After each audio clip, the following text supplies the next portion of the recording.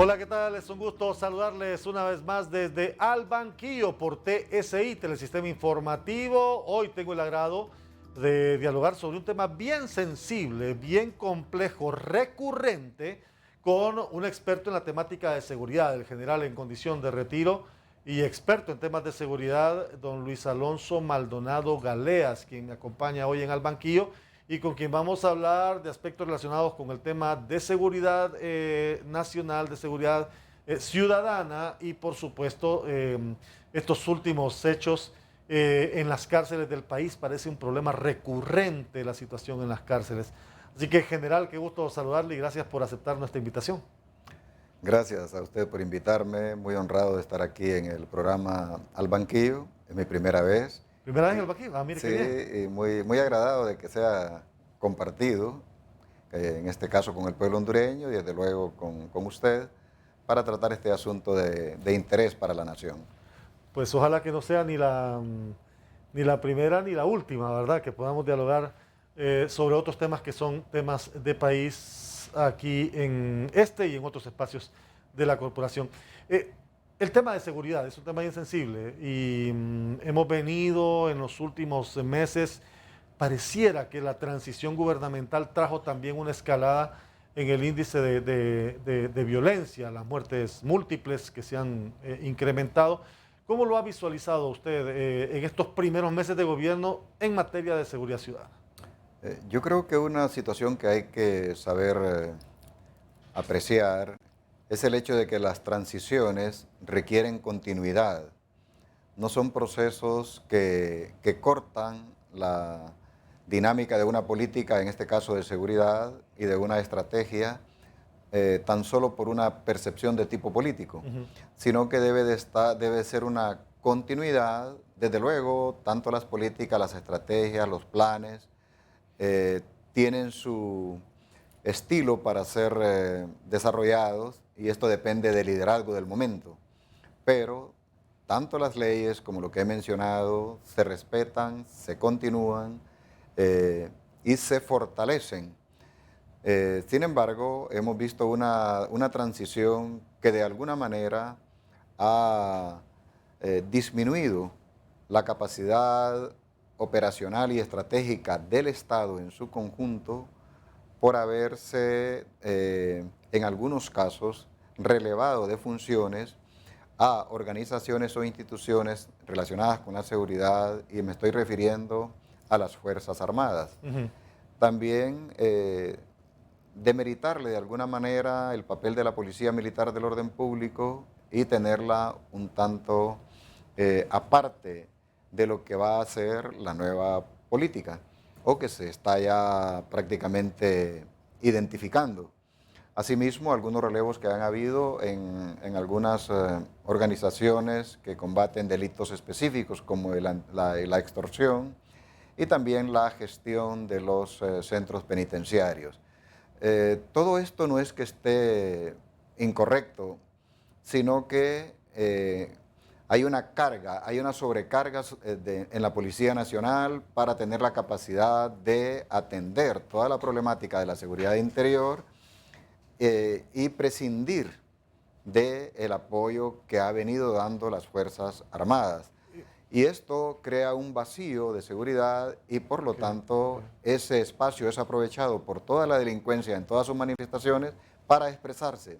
Y esas expresiones son las que dan esa percepción y también realidad de una inseguridad que se siente en el pueblo hondureño. Déjeme entender entonces su postura. Usted me dice, se relegó a la policía militar, aunque se le pudo dar alguna función específica, y me dice también, se limitó o se quitó prácticamente el papel de las Fuerzas Armadas en apoyo al tema de seguridad.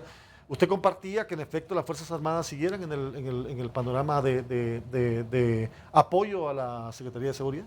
Hay ámbitos que son constantes, por ejemplo, lo que se conoce como el escudo aéreo, que es prácticamente una misión de interdicción, interceptación de amenazas que vienen Ujú. desde el exterior, y que por lo tanto este modelo de los escudos aéreos terrestres y marítimos pues permite que el narcotráfico en particular y el crimen organizado con todas sus formas tenga una barrera. Ok.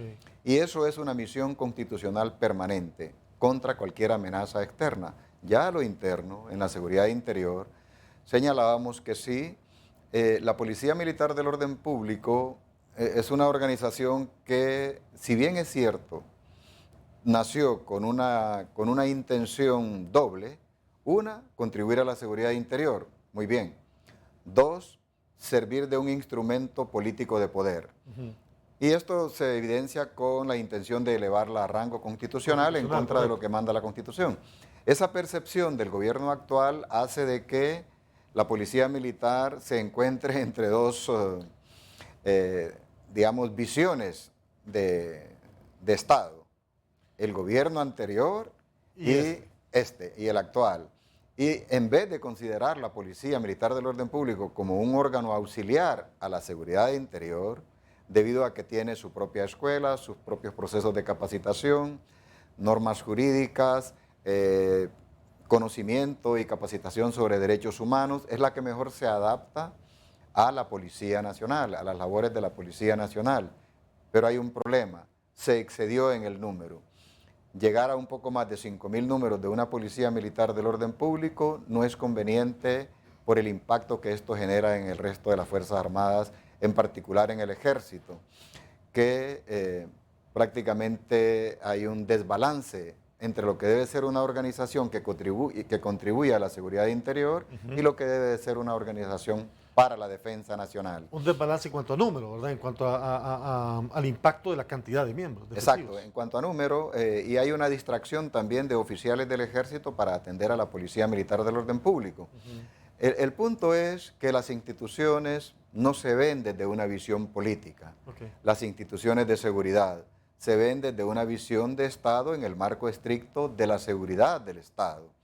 Y si habremos, como lo manda la Constitución, de empeñar a las Fuerzas Armadas en apoyo a la Secretaría de Seguridad en misiones de seguridad interior, se recurre al recurso, sin que esto signifique tener una valoración de tipo político, sino al revés, una valoración de tipo de seguridad del Estado. Y yo aquí aprovecho entonces a preguntarle si ya hay una política definida a nivel gubernamental con la Policía Militar de Orden Público, que prácticamente no es prioritaria dentro del esquema, y ahora se habla de una policía comunitaria. ¿Cómo lo ve?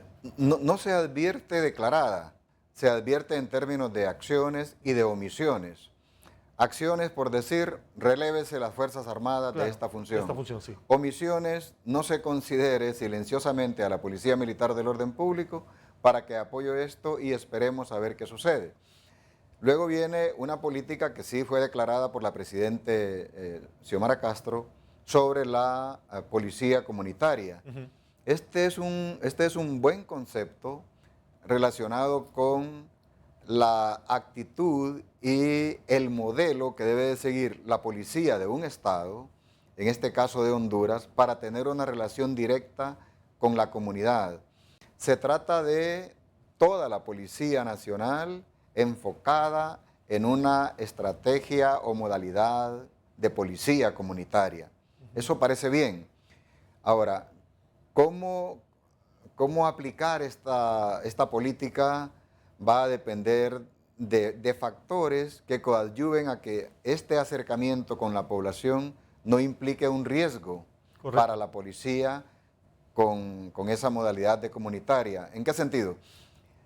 En ciudades grandes, en las ciudades más grandes de Honduras, llamémosle San Pedro Sula, Tegucigalpa, hay estructuras organizadas del crimen que controlan espacios urbanos.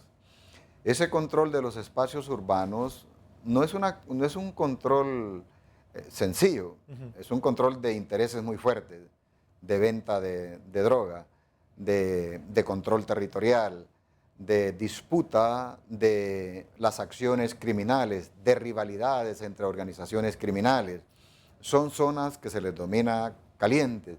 No se puede llegar con un concepto de policía comunitaria en un espacio que esté bajo esas condiciones. Significa esto de que se necesita que la política comprenda también, y la estrategia, un acompañamiento de medios de soporte, de apoyo, que creen entornos seguros.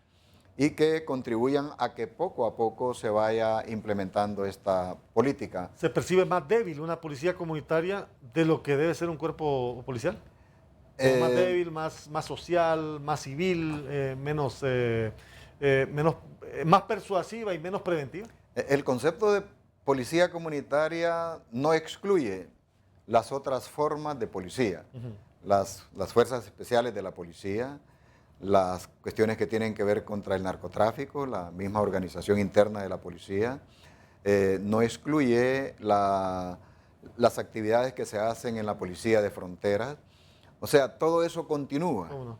pero supongo de que de la dirección de la policía preventiva, ¿se acuerda de esta policía? Sí. Para el pueblo hondureño también, esta policía sí tiene la función de prevención, Okay. pero todos los policías, los de tránsito, los de inteligencia, los que operen en la comunidad, van a tener que adaptarse a una modalidad Un nuevo modelo. de policía comunitaria, hasta llegar a una especie de estabilidad en la comunidad y una relación ciudadanos-policía para mantener condiciones de seguridad en cada espacio territorial y luego propiciar las condiciones para el desarrollo. Requiere una adecuada interpretación y una adecuada aplicabilidad. Me parece a mí de que el ensayo pudiera suceder en áreas que sean menos controladas por el crimen organizado, para que vaya teniendo visibilidad y la gente vaya aceptando esa modalidad y vaya cooperando más en la medida de que vea de que el modelo es eficiente y contribuye a la convivencia ciudadana, que al final es el objetivo. De repente en los municipios más pacíficos o de menor incidencia delictiva o en zonas menos conflictivas, dice usted. En zonas menos conflictivas, por ejemplo, si lo queremos hacer en Tegucigalpa, empezaríamos por los espacios en donde hay menos conflictividad. Habría que haber una acción de intervención en los espacios conflictivos para crear un ligero saneamiento de la violencia y de la criminalidad en esos espacios para que el modelo de policía comunitaria se vaya insertando progresivamente. Pero una estrategia combinada puede darle movilidad y eficiencia a esta política del Estado. Sí. Bueno, voy a la pausa, pero regresamos para seguir hablando de este y otros temas relacionados con la seguridad ciudadana, aquí con el general Luis Alonso Maldonado Galeas en Al Banquillo.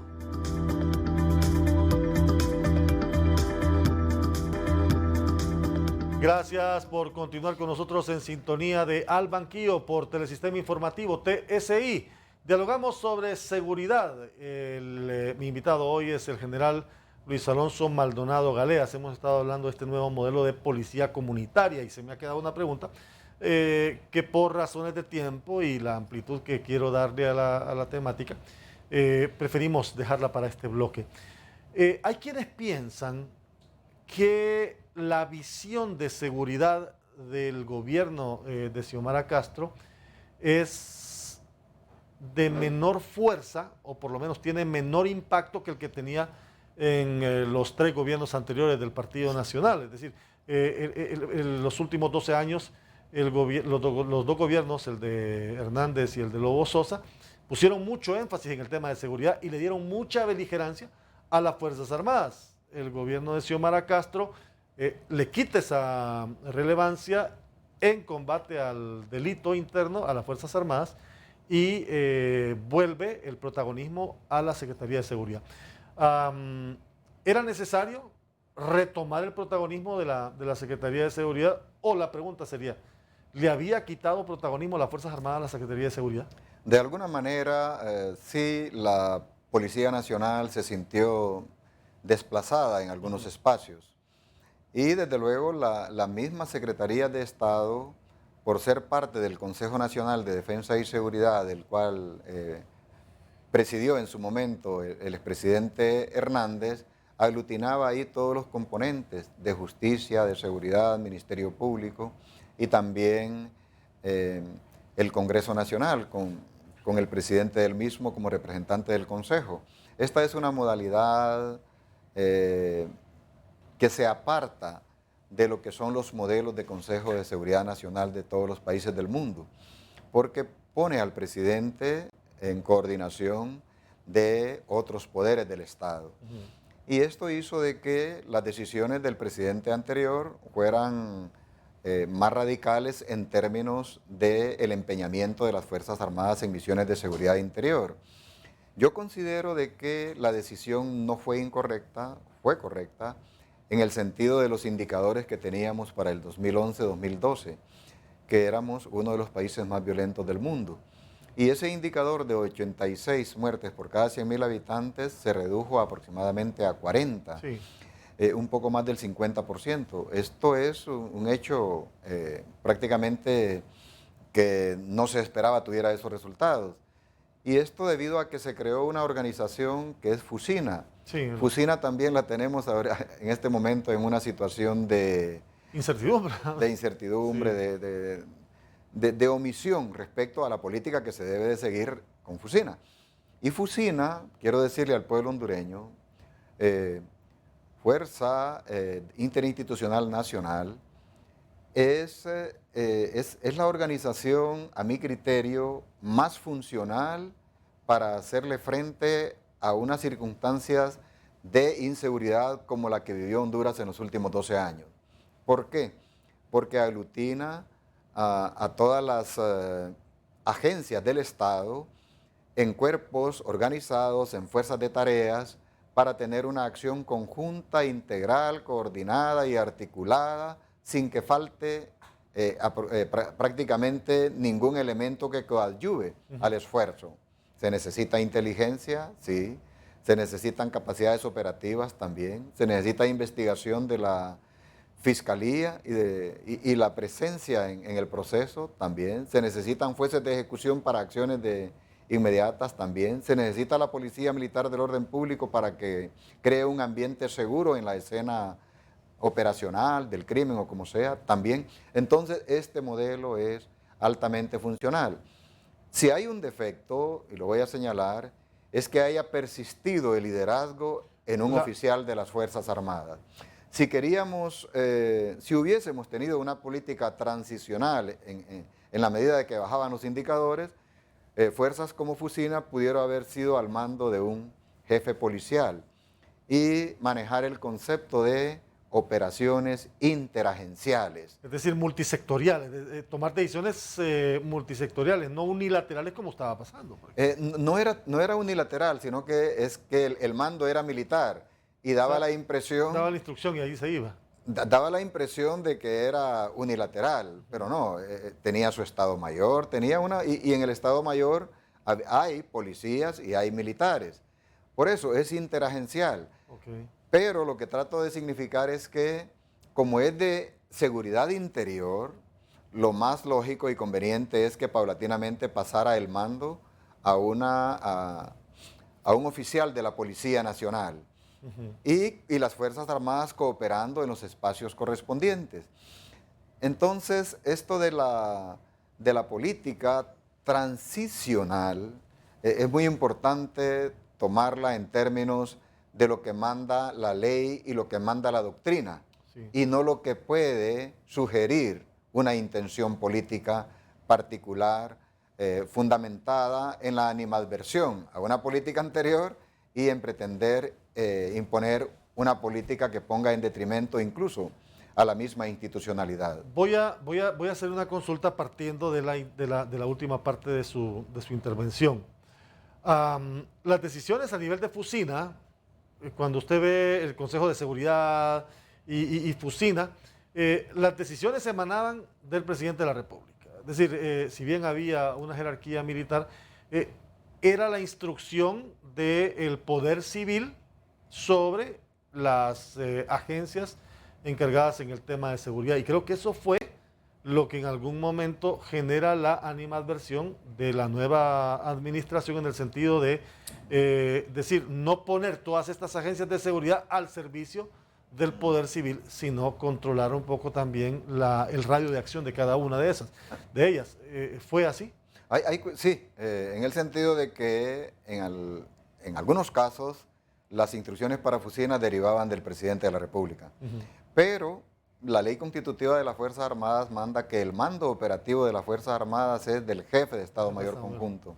Cuando los presidentes entran en esos espacios prohibidos que manda la ley, se crean este tipo de situaciones. Correcto. Desde luego, Fusina funciona también con instrucciones que daba el jefe de Estado Mayor Conjunto, pero también con las disposiciones que emanaban de ambas secretarías de Estado, la Secretaría de Seguridad y la Secretaría de Defensa, en el marco de una acción coordinada para que esa institución tuviera los resultados deseados conforme a una funcionalidad eficiente. Por eso es bueno hacer rectificaciones respecto a las percepciones que se tienen de las instituciones y a los errores que se cometen desde los liderazgos políticos.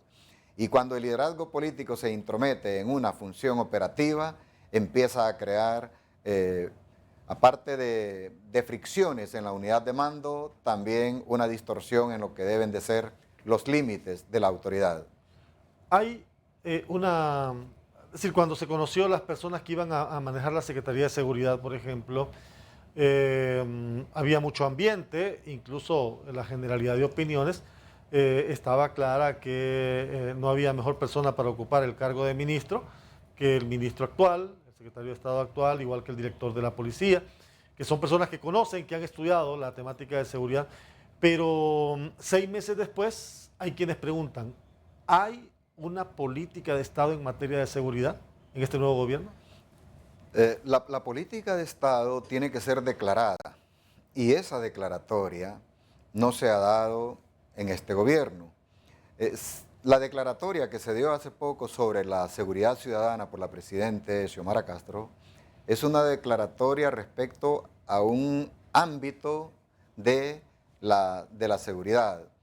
Y voy a reafirmar esto porque es parte de una falencia que tenemos en Honduras.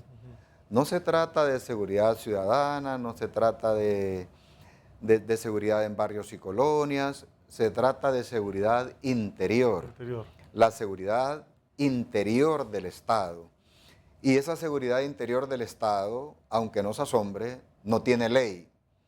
Honduras no tiene ley de seguridad interior del Estado. Honduras tiene una ley orgánica de la Policía Nacional y una ley orgánica de la carrera policial.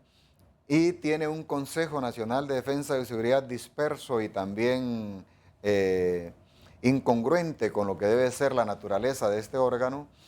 Y todavía no tiene un sistema para la seguridad integral del Estado. Vacíos jurídicos, vacíos institucionales y en este caso particular el vacío de una política nacional integral de seguridad interior. Eso no lo tiene Honduras y es una buena oportunidad para este gobierno de revisar la política que estuvo en su momento, respetar la institucionalidad, respetar la ley y también crear nuevas normativas que puedan dar lugar a una política claramente definida sobre seguridad interior. Y lo que habíamos definido de qué va a pasar con estos organismos, ¿verdad? Con Fusina, qué va a pasar con Policía Militar, qué va a pasar con Policía Comunitaria, que no se convierta... Bueno, de la Policía Militar decían que era el brazo armado del expresidente Hernández, y cómo hacer que esta Policía Comunitaria no se convierta o no tenga la percepción de que va a hacer eso, nada menos que en otro gobierno. Los soldados de la Policía Militar de Orden Público nunca se consideraron que fueran una guardia pretoriana del presidente Hernández, ni tampoco los comandantes motivaban eso. Pero sí, cuando el expresidente Hernández intentó elevarla a rango constitucional y que uno de los artículos que yo leí decía que recibiría órdenes directamente del presidente, esa es una aberración en cuanto a unidad de mando y respeto de los principios institucionales de defensa y de las Fuerzas Armadas. ¿Por qué? Porque la Policía Militar está conceptualizado como un comando especial en la ley orgánica de las Fuerzas Armadas. Y los comandos especiales, llámese el Centro de Apoyo Logístico de las Fuerzas Armadas, están bajo el mando del jefe del Estado Mayor Conjunto. Y todos los mandos, como son mandos operativos, no pueden estar directamente bajo un presidente. Y tiene razón de haber creado la estigmatización de parte de la sociedad y también la censura, la crítica y todo lo que pudo haber venido de la oposición política, que es valedero. Bueno, voy a ir a la pausa y vamos a regresar para hablar ahora de la política carcelaria.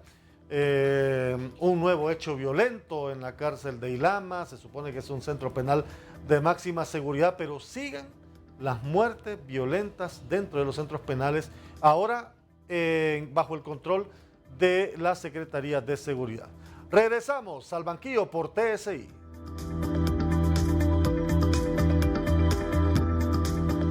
Regresamos, estamos al banquillo con el general Luis Alonso Maldonado Galeas, general en condición de retiro y un experto en temas de seguridad.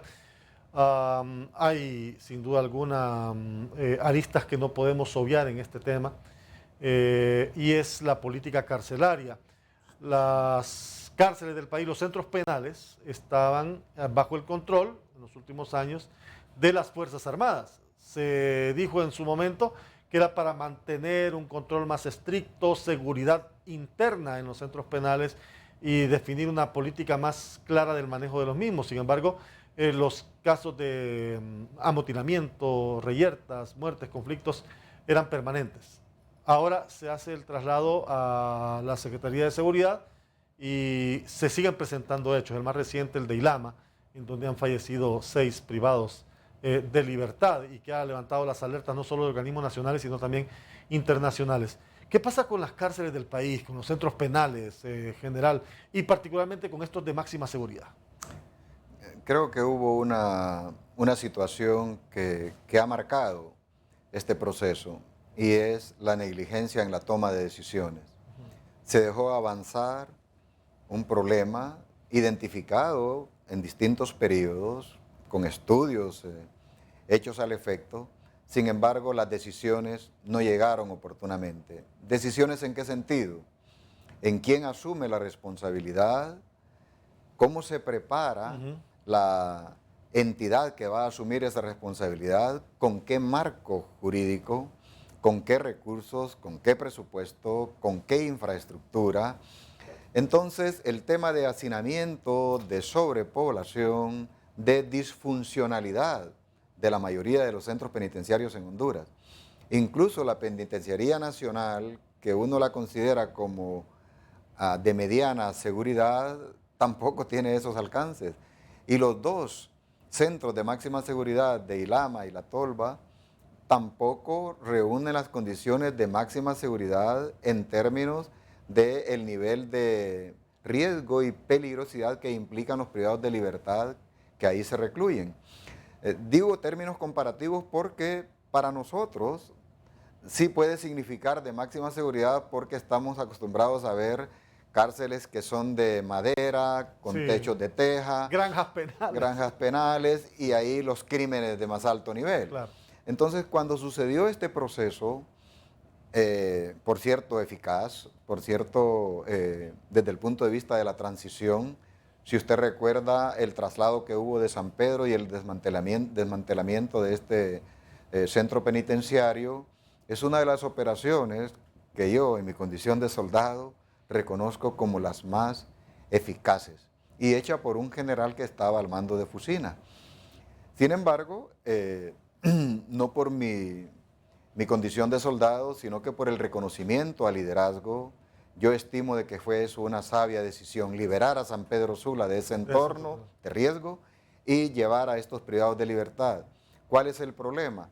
Que todo esto se fue dando paulatinamente y no en el tiempo específico ni creando la infraestructura y también el marco jurídico correspondiente. Primero, Fuerza de Seguridad Pública, después queda prácticamente en el aire al crearse el Instituto Nacional Penitenciario, se crea una transición, queda al cargo de la Policía Nacional, creo que es la Dirección de Asuntos Especiales o algo relacionado, y luego se abandona esa misión y cuando entra la nueva ley del Instituto Nacional Penitenciario, que es en el gobierno pasado, se ordena que algunos militares asuman la dirección del Instituto Nacional Penitenciario. Por lo menos 3 estuvieron a cargo. Y esa fue una decisión del presidente que el tiempo va a juzgar la asertividad o no. Pero sí lo desacertado es que tengan que caer los militares en un proceso de transición para asumir un papel que no le corresponde. No obstante, la preparación de los oficiales de las Fuerzas Armadas sí les permite administrar instituciones de esa naturaleza, por todo lo que conocen sobre inteligencia, logística, administración, personal, etcétera. Están las competencias, pero no está la idoneidad en términos institucionales. Y ahí algunos oficiales en este momento están procesados. Sí, sí, sí. Y se cae en un riesgo de la institucionalidad. Pero mientras tanto, avanza el instituto penitenciario, pero también avanza lentamente en cuanto a los reglamentos, la reglamentación que se deriva de la ley, reglamentos que tienen que ver con los órganos de dirección, los órganos administrativos, reglamentos con la disciplina y la formación de los agentes penitenciarios, reglamentos con el tratamiento interno del centro, cómo se van a organizar los órganos especializados que apoyan un centro penitenciario. No es un asunto solamente de guardias, es un asunto de sociólogos, psicólogos, médicos, especialistas, técnicos, instructores de capacitación, etcétera, para crear el proceso para lo cual la ley y también la intención de la humanidad respecto a este problema es rehabilitación y reinserción social. Ese es el concepto humano, pero en ese concepto humano hay un realismo en donde Honduras ha caído en una expresión de criminalidad extrema. Cuando alguien enciende una motosierra y descuartiza el cuerpo de una persona, no estamos hablando nosotros de un asesinato, estamos hablando de algo que va más allá de esa percepción. Por lo tanto, esas estructuras de centros penitenciarios de baja, media y alta seguridad es parte de un proceso pendiente. No hemos concluido ese proceso. Y tenemos una granja penal, por ejemplo, en El Porvenir. Sí, sí. ¿Cuándo entra en funcionamiento la granja penal? Cuando ha entrado el proceso de rehabilitación. Pero antes se tiene que pasar por un proceso de cumplimiento de la pena. Y si ese cumplimiento de la pena, después de evaluaciones psicológicas, de comportamiento, etcétera, pasan algunos estándares, entonces ya el privado de libertad puede entrar al proceso de rehabilitación. Manejar adecuadamente todos estos procesos es algo que requiere ciencia, que requiere liderazgo, que requiere compromiso y que requiere responsabilidad del órgano correspondiente. ¿Dónde está ahora la responsabilidad? En la Secretaría de Gobernación, sí. Pero suena a policía. Sí, suena a policía. Y en un momento sonó a militares. Sí, también. Entonces, dentro de esas transiciones no definidas ni tampoco debidamente procesadas para que suceda adecuadamente y se asuman las responsabilidades como tales, tenemos esas combinaciones de responsabilidad. La Policía Nacional de Administración de los Centros Penales, pero el Instituto Nacional Penitenciario bajo la Secretaría de Gobernación. Y usted habló de negligencia en la toma de decisiones, y yo comparto ese criterio en el sentido siguiente. El hecho de el hacinamiento que ya teníamos en los centros penales justificaba la construcción de más cárceles, ¿verdad? Pero cuando ya aparece el concepto de cárceles de máxima seguridad o centros de máxima seguridad, usted está diciéndole, o el mensaje que está enviando es que ya no tenemos delincuencia común, que lo que tenemos en el país es crimen atroz, como el que usted planteaba. Uno, por un lado, ¿verdad? Y luego el construir cárceles, pero no tener una política definida de manejo de las mismas. Entonces hemos estado dando saltos de ciego y los seguiremos dando porque no hay una estructura definida, ni una política de trabajo definida en el manejo de los mismos. Cada vez hablamos de 6, 7, 8 fallecidos dentro del centro penal, que debería de ser más bien, bueno, la ONU, y ya lo veremos más adelante, ha lanzado el grito al cielo. ¿Cómo es posible que dentro de las cárceles se sigan presentando estos actos? Hay unos criterios que se manejan en cuanto a las cárceles de seguridad, y es el confinamiento, sí, la segregación. Pero estas cárceles que se hicieron de máxima seguridad, por ejemplo, aparece en la información que de estas personas que perdieron la vida estaban concentradas en un número aproximado de 50 en un determinado módulo, de una sola organización, de la misma organización. Esa misma organización, ¿qué puede pasar en ese espacio interior con 50 o más personas hacinadas en un determinado espacio? Entonces, como no se da la segregación por la misma infraestructura y por el costo que ello implica, claro, por eso es que apuntamos de que todavía no son caracterizadas como cárceles o centros de máxima seguridad, sino que comparativamente, con respecto a los que teníamos anteriormente, sí, son máxima en la relatividad, pero no máxima en la funcionalidad conforme a la naturaleza. O sea, son más centros penales, ¿verdad? Son más centros penales, más estructura. Con otras condiciones de seguridad superiores, claro, a las que tenían. Sí. Pero para poder lograr la segregación y para poder reducir los hacinamientos y para poder reducir todas las formas que se generan de planificación de crímenes al interior de los centros penales, son otras estructuras las que se requieren, siempre en el plano del respeto a los derechos humanos y buscando hacia los procesos de rehabilitación y reinserción social, en lo que sea posible, cuando no es cadena perpetua o penas continuadas que sobrepasan la vida de una persona. Pero partiendo de eso que usted me plantea, este proceso de rehabilitación y reinserción, estamos todavía en deuda y seguiremos en deuda con eso. Es una política que no es visible. No es visible. Y yo considero de que es el tiempo de tomar acción decisiva respecto a esto de la rehabilitación y reinserción social. En realidad, si queremos hacer esto, debemos de multiplicar las granjas penales del porvenir para que paulatinamente, en la medida de que se vayan liberando los privados de libertad de los centros de reclusión, pagando su pena y certifiquen para pasar a un proceso de rehabilitación, los ámbitos deben de estar debidamente preparados. Y afuera, fíjese que es otra política que no la hemos visibilizado todavía. La política de reinserción social es una responsabilidad del Estado en primer término, pero de la sociedad como segundo actor. Sí. ¿Dónde está la empresa privada para recibirlo? ¿Dónde están los espacios que brinda el Estado para darle una oportunidad a ese ciudadano que se rehabilitó? ¿Está preparado el Infop para recibir ciudadanos rehabilitados? ¿Están preparadas las escuelas técnicas de las Fuerzas Armadas para recibir ciudadanos rehabilitados?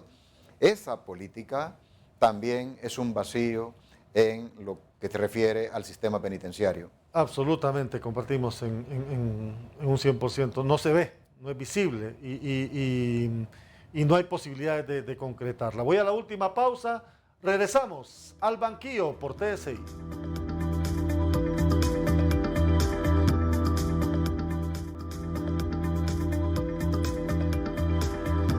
Estamos de regreso en Al Banquillo por TSI, Telesistema Informativo, hablando sobre temas de seguridad y en el último bloque y en este un poco sobre la situación carcelaria y la preocupación que hay a nivel nacional e internacional con este tema. Veamos las publicaciones de la Oficina del Alto Comisionado de las Naciones Unidas para el tema de derechos humanos, que ha publicado en su cuenta de Twitter tres tweets en donde expresa su preocupación por los hechos ocurridos el 4 de julio en el penal de Ilama, Santa Bárbara, en donde 6 personas privadas de libertad fallecieron presuntamente por estrangulamiento. Se ha confirmado con organizaciones y familiares que al menos uno era un hombre gay.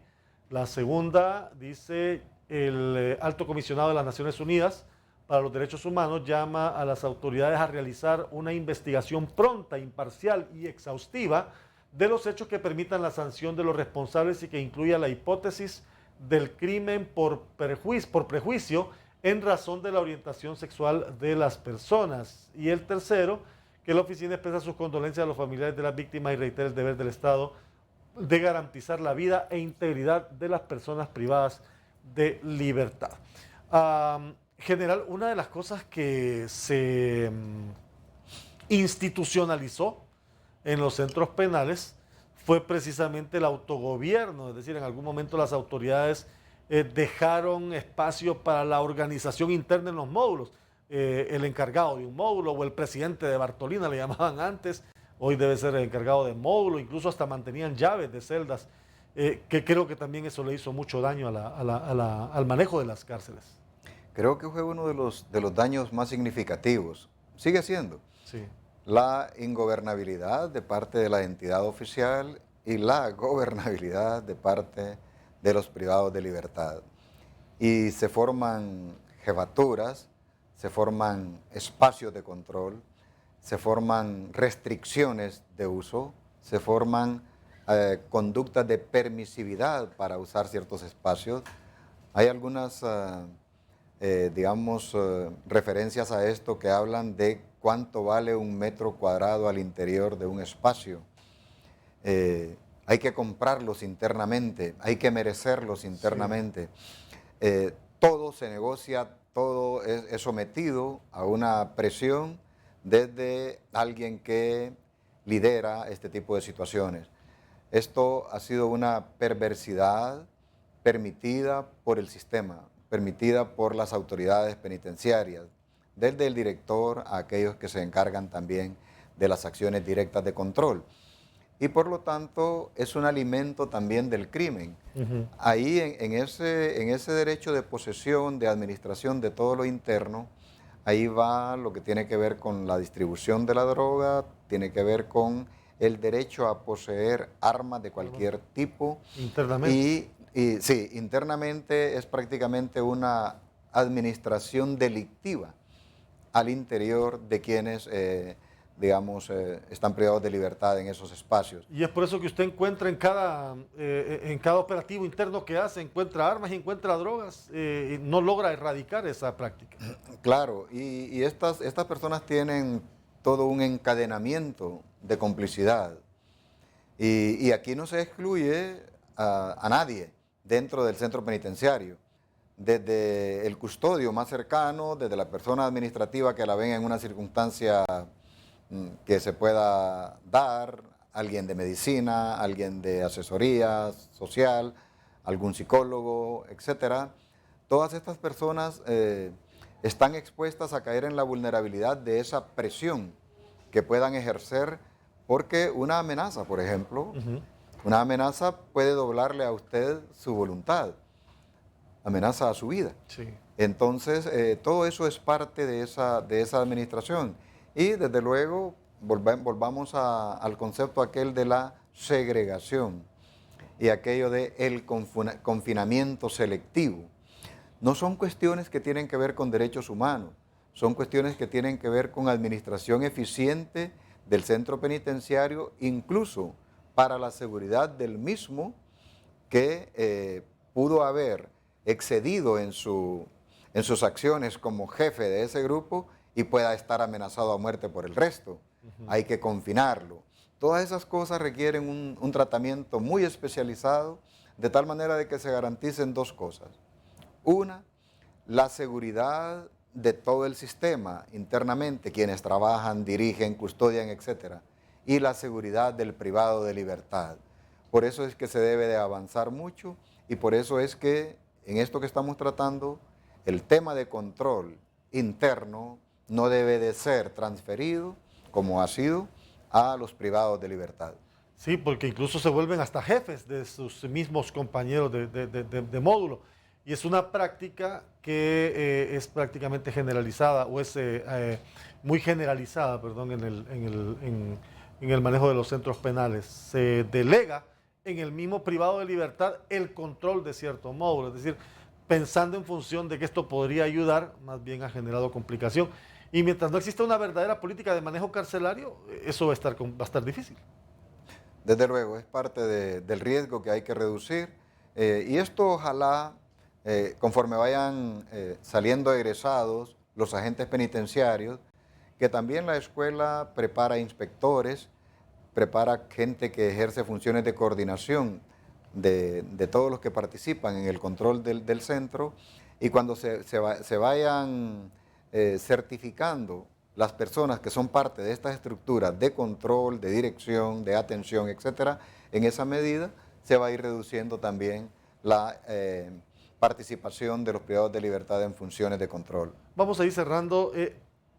El, el país necesita tomar rumbo en materia de seguridad.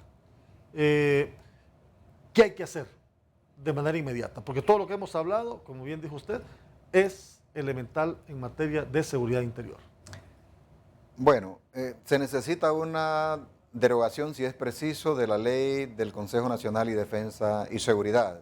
Derogarlo. Se puede derogar, pero tener la alternativa. Uno de los problemas que estamos viendo es que se derogan leyes, pero no se tiene la ley alternativa, la ley que va a hacerla para que la transición sea inmediata y disponer de un órgano que en realidad responda a la seguridad nacional, a la seguridad integral del Estado. Esa es la base superior. Pero abajo de ella, de esta estructura, se requiere la Ley Nacional de Seguridad Interior del Estado. Significa la articulación de todas las agencias del gobierno, del Estado, para coadyuvar al esfuerzo de la seguridad interior. En esa ley estaría, por ejemplo, tipificada la normativa para la política de prevención de la violencia. La prevención de la violencia está asociada con la política de desarrollo humano sostenible, por ejemplo. Si creo condiciones de desarrollo humano sostenible, no doy espacios a la sociedad para que busque formas de autocrecimiento. Pero como somos uno de los países con el índice de desarrollo más bajo a nivel mundial, esas condiciones hacen que se creen espacios para poder recurrir a la delincuencia y a la criminalidad como una salida a esa deficiencia. En la medida de que vayamos articulando el desarrollo y en lo particular el desarrollo humano sostenible con una política de prevención de seguridad, vamos creando mejores sociedades.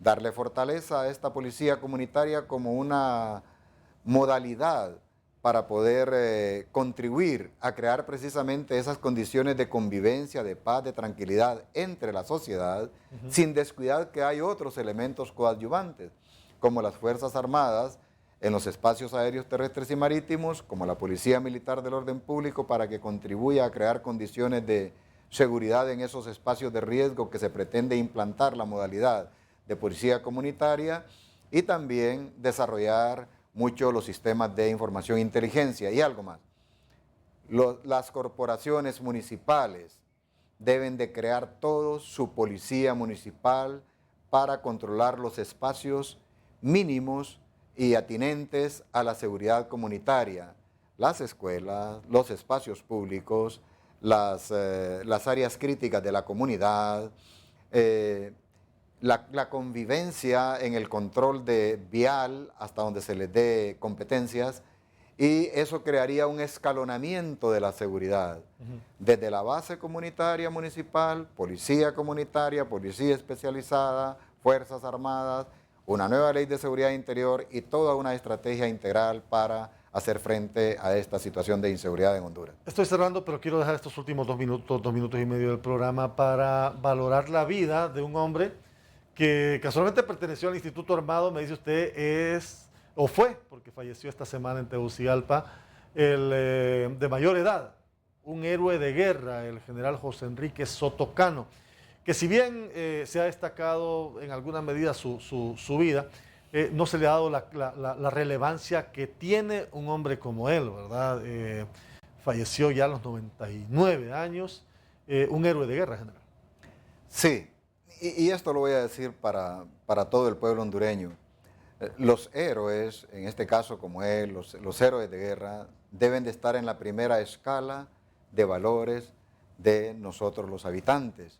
No es un presidente, no es un presidente del Congreso, son nuestros héroes nacionales, los que han consagrado su vida al servicio de la nación. El coronel José Enrique Soto Cano la consagró y dio su máxima expresión durante el conflicto de Honduras-El Salvador en 1969, siendo él comandante de la Fuerza Aérea Hondureña y haber diseñado la estrategia y la conducción táctica de la Fuerza Aérea, que prácticamente fue el factor determinante para que nosotros pudiéramos repeler la agresión, estabilizar las operaciones y causar daños estratégicos que neutralizaron el accionar de la Fuerza Aérea salvadoreña. Esas concepciones, la vida de él dedicada al servicio de la nación, su conducta honorable y todo lo que significó su condición de soldado al servicio de la patria, sí merece una alta consideración de parte de nosotros, los hondureños, y hay una vía de hacerlo, y es que los medios de comunicación tienen el espacio para destacar esto como una noticia de nación, sí, de país, de patria, de ejemplo, de referencia para estas y para las futuras generaciones. Y por eso hemos dejado este espacio también para rendirle homenaje a este héroe nacional del que sin duda alguna su legado debe de permanecer. General, ha sido un gusto poder dialogar con usted hoy en esta edición del Banquillo. Me he sentido muy agradado, he sentido de que hemos coincidido con el enfoque que debe tener esta situación de inseguridad y la correspondiente aportación que podamos dar nosotros para el diseño de una política y de una estrategia de seguridad interior en una atención particular sobre los centros penitenciarios. Y ha sido un gusto, de verdad, que usted haya aceptado la misma. Gracias por su sintonía. Nos encontramos en una próxima Al Banquillo.